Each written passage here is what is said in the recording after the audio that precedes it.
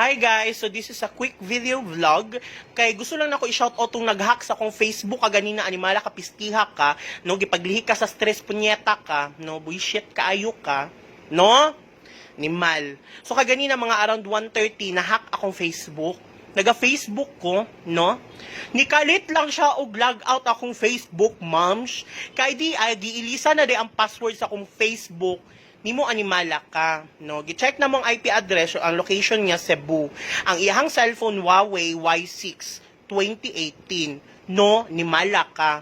So nagtuo kag madaog ka pues nagakamali ka, no? Daog gihapon ko, no? So thank you kayo sa mga nagtabang sa ako ganina stress and depressed na jud kay ko. Stress ko dili tungod kay ang rason kay tungod sa akong mga video basig dili na ko ma-famous kay sa sugod pa lang, niingon ko nga ang kasikatan, dili siya permanente. So wala ko kabalo kung hantud kanus kung hantud asa.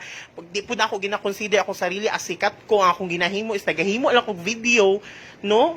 Naginahimo na ako ang mga video para sa akong sarili. So kung nalipay ang ubang tao, lipay na lang pug ko. So ing ana raman ang ako ang kanang papel diri sa kalibutan. No, anong daghan madyugsuyaon, mga animala mo, no? Shit. So, una. So, gihack akong Facebook. So, nag-uol ako kaganina, halaon sa una ko ni. Kay ang isa po sa rason yun nung nag-uol ko, na ay album, daghan kay album, diriya sa ko ang Facebook, nga naami nga tanang picture namo, ako, kauban akong manghod, akong mama, picture namo nila mama, naa diri atanan.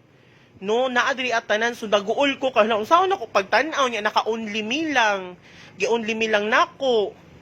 So kahit kung di na ako ma-open account, kahit stock lang nako, di na ko siya ma-open o di na ko siya ma-save or ma-download or maunsa ba. Di ba? Di na ko ma-explain. Basta mauto siya. So word ko kayo, ako laing pictures namo ni mama na adri at tanan naka-save. Kasave diri atanan. So, saon? So, mo to thankful kay ko, Lord. Thank you kaayo, Lord. Kung di mo gibiyaan, thank you kaayo sa mga nitabang sa sa mga classmate na ko, Norhana Mads, Novice, si Miko. Thank you kaayo kay sa kumanghod no nga kuan kaayo no nga supportive kaayo bising tuag Bohol no siya gyud gakuti-kuti sa akong Facebook kaganina kay ang animal nga smart pod asa pong hinaya sa net.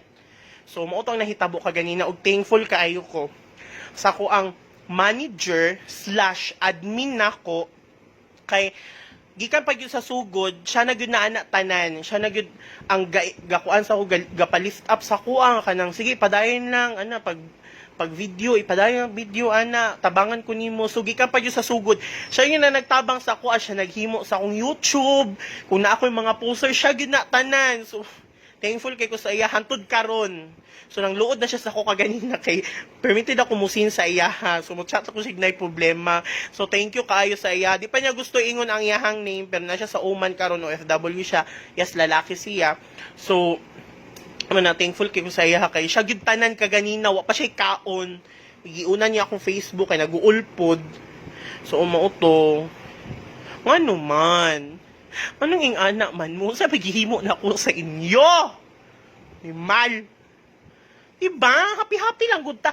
Gubot na kay ang kalibutan.